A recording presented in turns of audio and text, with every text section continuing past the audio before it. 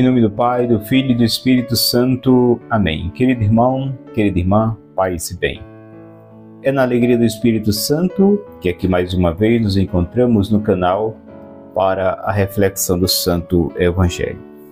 Hoje a Igreja nos fala na sua Santa Liturgia através do Evangelista São Mateus, capítulo 5, versículo do 27 ao 32. O Senhor esteja conosco, Ele está no meio de nós. Proclamação do Evangelho de Jesus Cristo segundo São Mateus. Glória a vós, Senhor. Ouvistes o que foi dito aos antigos: não cometerás adultério. Eu, porém, vos digo, todo aquele que lançar um olhar de cobiça para uma mulher, já adulterou com ela em seu coração. Se o teu olho direito é para ti causa de queda, arranca-o e lança longe de ti, porque te é preferível perder um só dos teus membros, a que o teu corpo todo seja lançado na geena.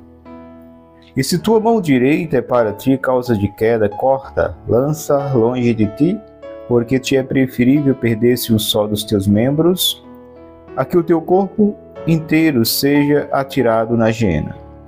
Foi também dito: todo aquele que rejeitar sua mulher, dê-lhe uma carta de divórcio. Eu, porém, vos digo, todo aquele que rejeita sua mulher, a faz tornar-se adúltera, a não ser que se trate de matrimônio falso. E todo aquele que dispôs uma mulher rejeitada, comete um adultério. Meus irmãos e minhas irmãs, estas são palavras da nossa salvação. Glória a vós, Senhor. Que as palavras do Santo Evangelho perdoem os nossos pecados, conduz à vida eterna. Amém. Querida Igreja de Cristo, é povo amado de Deus. Jesus ele inicia falando: ouvistes o que foi dito aos antigos: não cometerás adultério. Então, Jesus ele inicia lembrando o que já se vinha sendo dito, o que já foi dito aos nossos pais, aos nossos avós, aos pais dos nossos avós e aí por diante, que se deve fugir do pecado em todos os sentidos, seja no pecado cometido, seja no pensamento que ainda vem à mente para projetar o pecado. Ouvistes o que foi dito aos antigos: não cometerás adultério.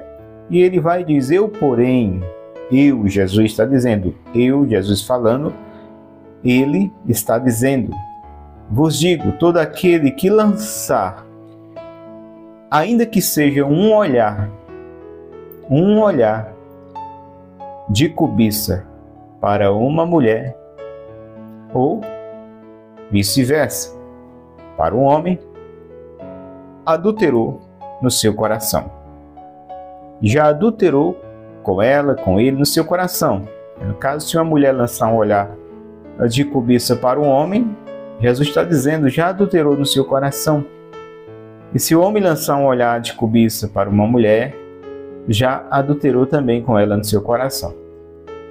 O que é que o Senhor quer dizer com isso? Jesus aqui, ele quer mostrar para nós a gravidade do pecado, que não é brincadeira. Que é gravíssimo o pecado.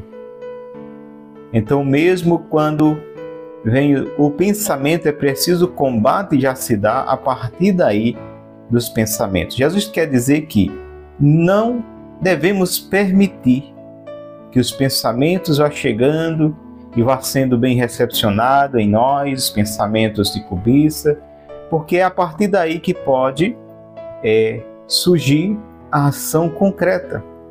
Quando se alimenta no pensamento e vai alimentando, o indivíduo ele tem tendência, em 90%, de ter atitudes concretas para consumar, concretizar tal pensamento. Por isso Jesus está dizendo que é preciso fugir já do pensamento. É preciso fugir já do olhar de cobiça, já daqueles pensamentos tortuosos. E para isso a gente tem que, como se diz nas leis de trânsito, dirigir sempre na defensiva. Ou seja, Se eu chego numa certa rua e está lá o nome pare, eu vou ter cuidado e vou obedecer.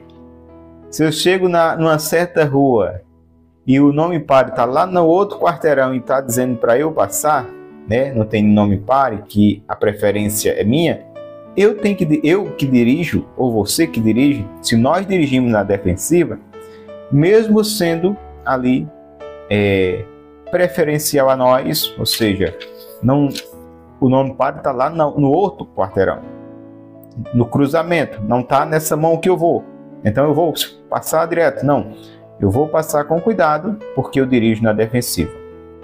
Então é nesse sentido que Jesus está dizendo, quando nós andamos vigilantes, a gente vai tomar certos cuidados. E é preciso que cada um de nós nos conheçamos. Quando a gente se conhece, a gente se policia melhor. Quando a gente não se conhece, a gente se expõe em perigos, que muitas vezes podem ser teias de aranhas que a gente diz, isso não é nada, não tem nenhum problema. Mas uma teia aqui, outra teia acolá, é onde a aranha prende muitas vezes um inseto que tem mais força do que ela. Um inseto que uma teinha só, 2 ou 3 não o sustentava. Mas se você já viu como a aranha faz quando ela prende a mosca, ela é muito rápida, ela enrola muito rápido, porque ela sabe que ela depende de muitos fios enrolados para sustentar ali a sua presa. Então devemos ter esse cuidado. Pedir o discernimento dos espíritos para fugir de certas ocasiões que podem nos deixar vulneráveis. Então Jesus está dizendo, eu porém vos digo, todo aquele que lançar um olhar de cobiça para uma mulher, já adulterou com ela no seu coração. Jesus está dizendo aqui, meus irmãos, a gravidade. Ele já quer aqui nos dar um choque de realidade. Só o pensamento já é adultério. Imagina concretizá-lo. Mas aqui falando da palavra, pregando da forma que o Senhor ele quer passar essa mensagem. Mas por outro lado, aqui não diz que é o fim. Eu não quero trazer aqui um evangelho que vai colocar um peso a mais já nos corações traídos, doloridos, feridos, tanto o que foi traído como o que traiu. Porque há muitas realidades, pessoas que caíram numa fraqueza da traição, se arrependeram profundamente e se renovaram, se reconciliaram, os cônjuges também se reconciliaram com Deus e vivem uma vida na graça de Deus, porque a misericórdia do Senhor é imensa, aqui sem nenhuma dúvida. Mas é preciso pregar a palavra tal como o Senhor está falando, da gravidade do pecado em si.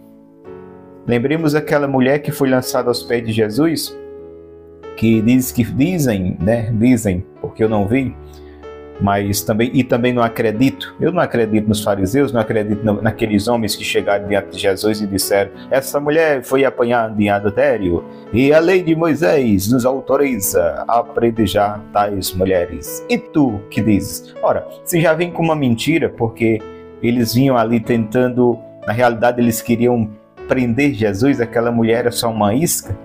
Eles queriam prender Jesus porque eles imaginavam que Jesus vai ser contra o homem é bom, né? O homem é bom, ele tem feito muita bondade, então ele jamais vai concordar que nós venhamos a prender essa mulher até a morte. Aí nós vamos e acusa ele de transgressor da lei, de ser contra a lei de Moisés, nós prende. Então se já vem com uma mentira, se já vem com uma trama, com a maldade no coração, então eu gosto de dizer o seguinte: eles disseram que aquela mulher foi apanhada de adultério. Eu não vi. Então eles disseram que aquela mulher foi apanhada de adultério, jogada nos pés de Jesus, mas o que se pode ver e o que se pode afirmar, com certeza, foi o grande amor de Deus. Jesus disse assim: quem não tiver pecado. Por que eu quero enfatizar isso aqui? Porque Jesus disse assim: quem não tiver pecado. E eles vieram acusar a mulher de adultério. Jesus disse: quem não tiver pecado. Então Jesus aqui colocou que todo pecado é pecado, toda ofensa é ofensa. Certo? Certo que tem umas que são mais graves. Mas mesmo que tenha um irmão que cometeu um pecado mais grave, é isso que o Senhor quer passar para nós, é isso que o Senhor quer nos ensinar diante da mulher adúltera. Mesmo que tenha um irmão que tenha cometido um pecado mais grave do que o meu, não me dá direito a tirar uma pedra. Por isso Jesus disse assim, quem não tiver pecado. Jesus não disse assim, quem nunca adulterou, atira uma pedra, porque senão iriam atirar pedra naquela mulher. Pessoas que nunca adulteraram e até mesmo que adulterou, porque era tudo hipócrita, falsos. Mas voltando aqui, Jesus está dizendo que se lançar um olhar de cobiça para uma mulher, já é pecado. Já adulterou com ela no coração, porque o Senhor ele quer nos livrar de um laço maior. Ele já nos mostra, nos dá um choque de realidade. Por isso é preciso fugir, ou seja, de imagens, certas programações, certas sensualidades que está até difícil fugir. Que até na igreja a gente se depara com certas sensualidades que temos que fechar os olhos, mudar a vista, né? E lutar. Você que é homem sabe o que é que eu estou dizendo, viu? Como devemos lutar, como devemos nos esforçar para mudar o olhar quando, né, nos chama a atenção certas sensualidades. E aí é preciso uma luta muito grande, porque Deus criou o homem assim como Deus fez o homem e a mulher.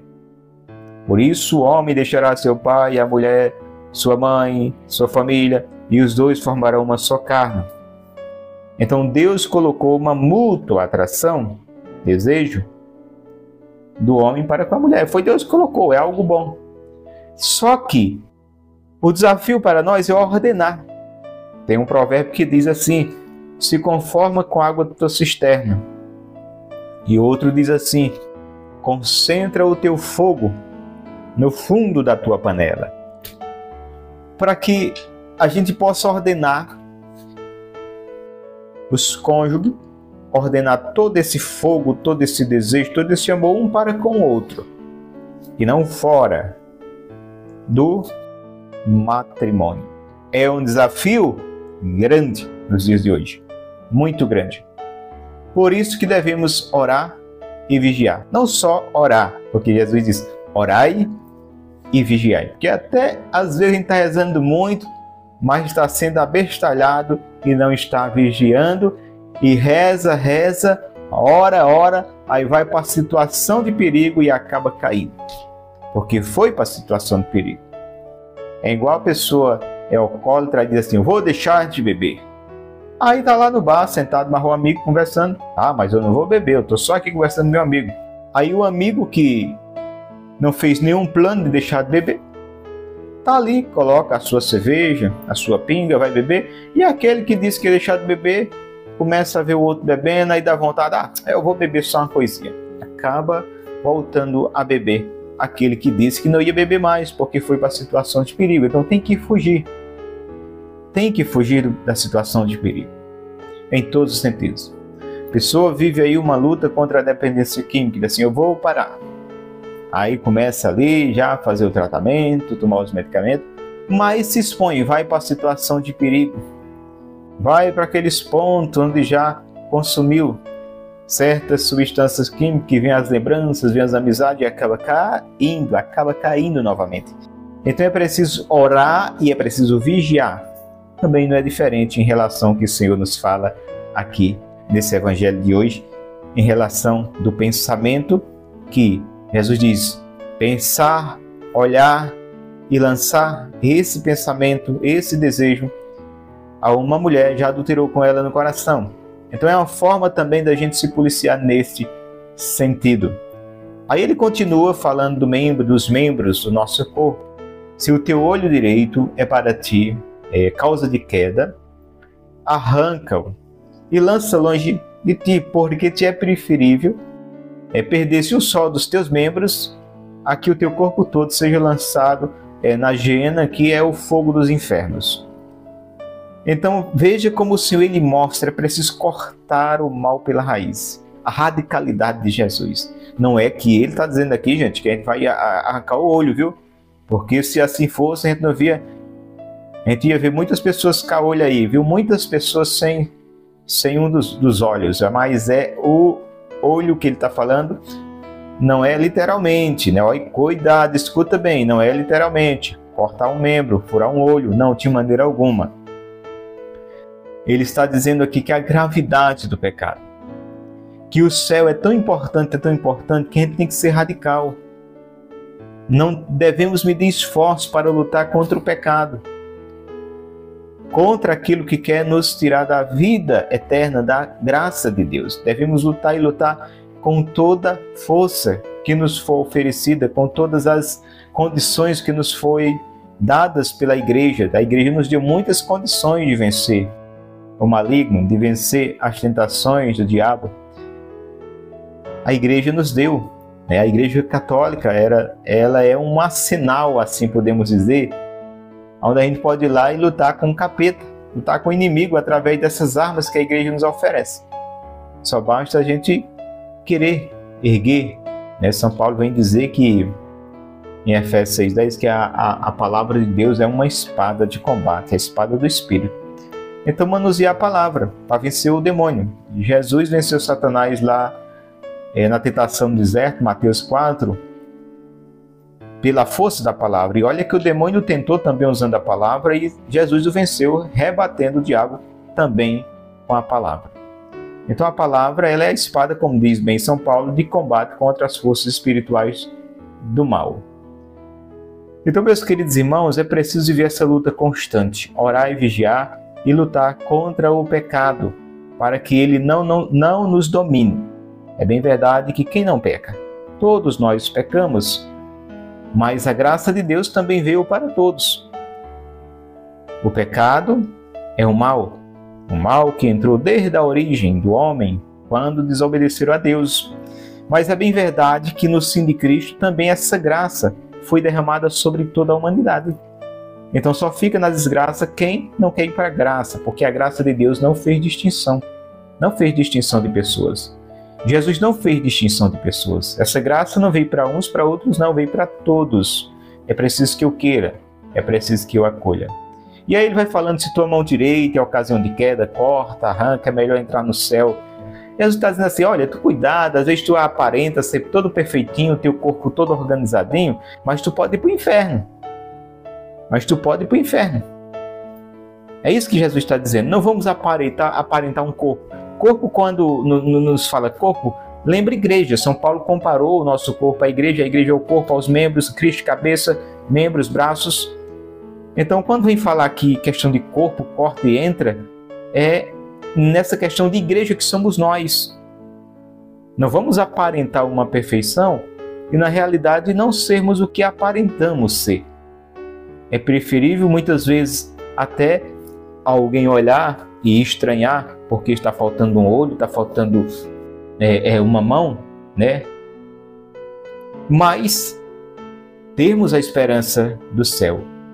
Ou seja, aquele que pecou, aquele que caiu, ter a humildade, né, de se humilhar diante de Deus, de reconhecer que errou, de fazer como filho pródigo, bater no peito, voltaria à casa do meu pai e tudo. É como aquele que está manco, né, que está mutilado, falando aqui no sentido literal da palavra, mas confiar na misericórdia do Senhor, voltar à graça, voltar à casa do Pai. Então Jesus está dizendo, meus irmãos, que é preciso lutar com todas as forças, renunciando o pecado, renunciando às investidas de Satanás, acolhendo a palavra de Deus no nosso coração. E não nos preocuparmos como os fariseus se preocupavam, meramente com a aparência. Eles queriam aparentar. Devemos não procurar aparentar para o mundo que somos perfeitos, mas saber que os olhos de Deus, que tudo vê, nos olha 24 horas em todos os sentidos. Deus nos vê, cada ação, cada movimento, ainda quando o pensamento não me veio ao coração, Deus já sabe o que eu ia pensar. Então, a preocupação do verdadeiro cristão é o que Deus pensa de mim, como Deus me vê, o que Deus acha. E, acima de tudo, confiar na misericórdia. Foi uma das queixas de Jesus no Diário de Santa Faustina, quando ele apareceu a ela, dizer que dói no coração dele quando nós pecamos, mas ele disse que a dor ainda maior era quando quem peca foge de sua misericórdia e fica na desgraça do pecado. Então, mesmo pecando, mesmo caindo, confia na misericórdia do Senhor, lança um olhar de misericórdia, bata no peito como filho pródigo, minha culpa, minha tão grande culpa, levantar-me-ei e irei à casa do meu pai, e direi, meu pai, pequei contra o céu e contra ti. E aí o filho pródigo, já não sou digno de ser chamado de teu filho. E o pai disse, meu filho, deixa de falar besteira, vem aqui. Aí, como nós conhecemos essa parábola, o céu, o Pai, Deus que acolhe aquele filho, acolhe com festa, com roupa nova, com a nova aliança, com anel. Então, uma alegria grande pelo retorno. Então, confiar na misericórdia do Senhor acima de tudo. Foi também dito, todo aquele que rejeitar sua mulher, dê-lhe carta de divórcio. Então, aqui no tempo de Moisés, Jesus mesmo disse que o divórcio foi tolerado por conta da dureza do coração naquele tempo. Mas Jesus disse, não separa o homem que Deus uniu. Ou seja, o casamento é indissolúvel. Você casou, esse casamento houve, pronto, não tem como desfazer. Não tem como desfazer. É bem verdade que a igreja ela analisa alguns matrimônios que têm pontos que podem ser anulados, mas que não é desfazer. Nulidade não é divórcio. A igreja, quando ela vem dizer esse casamento não houve, ele não houve. É observado, é olhado e diz assim, não houve esse casamento. Então, se não houve, ambas as partes ficam desobrigadas um para com o outro, podendo assim não casar de novo, mas casar, se assim o deseja, porque aquele não houve. Mas o casamento que houve, que aconteceu, ele não é desfeito. A igreja, ela não desfaz. Cristo não deu autoridade, Cristo não deixou, essa autoridade para a igreja desfazer o que ele fez. Não separa o homem o que Deus uniu. Então, aqui exorto aos cônjuges, aos maridos, às esposas de hoje, para que vivam essa graça do amor, da paciência, da tolerância, do perdão. É preciso amar, é preciso perdoar. Deus, na sua infinita bondade, nos amou, nos acolheu, ainda quando nós éramos rebeldes, traidores e adúlteros. Ele nos acolheu e no Filho Jesus nos deu uma vida e uma vida em plenitude e nos trouxe a sua graça. A exemplo dele também, nós devemos buscar viver este amor incondicional, que não coloca condições, um amor capaz de perdoar até mesmo as ofensas mais graves, como a de uma traição. O cônjuge arrependido, ele merece uma nova chance, mas cabe a você, pessoa ferida, pessoa traída, decidir. Mas olhando para Cristo e olhando para a igreja, que nos amou e que nos ama, mesmo quando nós não merecia de maneira alguma e nem merece esse amor, continuou nos amando, continuou nos acolhendo e continuará eternamente nos amando. Como diz uma canção, com amor eterno vou te amar, infinitamente vou te amar. Se caminhar no deserto, o sol não vai te atormentar, o fogo não vai te queimar, e aí por diante. Sempre vou te amar, sempre vou te amar, sempre vou te amar. Então, esse amor de Deus que sempre vai nos amar, sempre vai nos amar, sempre vai nos amar. A exemplo desse amor de Deus, nós devemos também amar os nossos irmãos e principalmente os nossos cônjuges, aqueles que muitas vezes recorrem à igreja. Eu mesmo já fui recorrido por pessoas e pediram auxílio para intermediar em relação a isso. E é uma coisa muito delicada, mas devemos dar sempre uma posição da igreja com firmeza em relação a tudo isso, onde o amor ele deve predominar, certo? O amor deve predominar. Mas é bem verdade que como que o matrimônio, o casamento, diz que os dois, o noivo, a noiva, eles é quem celebram, são os celebrantes, eles que presidem ali, o padre só assiste. para a continuidade também, os dois têm que querer. Então é preciso muita oração. É uma situação muito delicada que precisa muita oração e muita graça de Deus. Mas todo aquele que se arrependeu, todo aquele que está arrependido, seja qual for o mal que cometeu, o pecado que cometeu, tem direito ao perdão. Deus, na sua infinita bondade, mostrou isso quando nos amou e nos acolheu na nossa rebeldia, na nossa transgressão, na nossa inimizade com Ele, pelas nossas escolhas em ouvir a voz do demônio, seguir as suas orientações, rejeitando a ordem direta de Deus. Consequência veio não tão boa à humanidade, e até hoje a gente colhe esses frutos, não tão bons, mas veio também pelo sim de Cristo, pelo seu amor, consequências tão boas e muitas graças, que nós escolhemos alguns, outros não, outros ainda ficam aí na desgraça da desobediência, vivendo aí a amargura do veneno de Satanás, porque rejeitaram Cristo, rejeitaram a graça de Deus, e essa graça que se dá gratuitamente aí, incessantemente, jorrando no alto da cruz, quando o lado de Cristo foi transpassado pela lança, né, na realidade, e aquele coração misericordioso permitiu jorrar sangue e água como fonte de misericórdia para nós. É uma fonte incessante, está aí jorrando. Só é você querer ser lavado no sangue de Cristo e assim regenerado pelo esse sangue que nos cura, que nos salva. Esse Jesus que nos perdoa, esse Jesus que nos ama com amor infinito. Então que eu e você possamos acolher no nosso coração esse amor de Deus. Como disse, essa palavra de Jesus, ela vem tão direta, tão clara e ressoa tão duro, mas ao mesmo tempo, essa palavra de dureza e firmeza é para que eu e você se acorde, porque o Pai que muito ama, Ele exempla seu filho. Se você não exempla seu filho, é porque você não ama. E assim, ele vai se perdendo por falta de disciplina. Mas Deus que nos ama, nos exempla. Deus que nos ama, nos fala muitas vezes com firmeza, mas essa firmeza não quer dizer que Ele não tem amor, que Ele não tenha misericórdia, que Ele não tenha acolhida, que Ele não tenha perdão. Volto aqui novamente à mulher. Jesus está ao chão agachado. Por quê? Porque para chegar até aquela mulher, o nível que ela chegou, Jesus também desceu.